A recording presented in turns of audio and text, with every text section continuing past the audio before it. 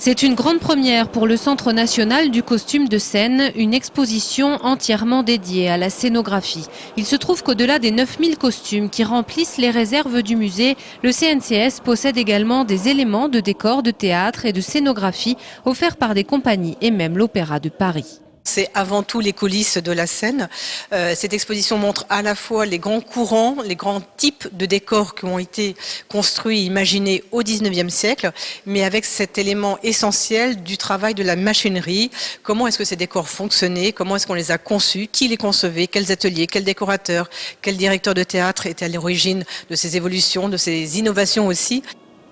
Les innovations sont majeures au cours de cette période charnière pour le théâtre. Les acteurs ne jouent plus devant un fond. C'est la première fois que l'on passe au décor en volume. L'exposition explique aussi les trucages et les effets spéciaux, ce que l'on pourrait appeler la science du théâtre. On découvre alors comment produire le mouvement des vagues sur scène ou d'autres phénomènes naturels.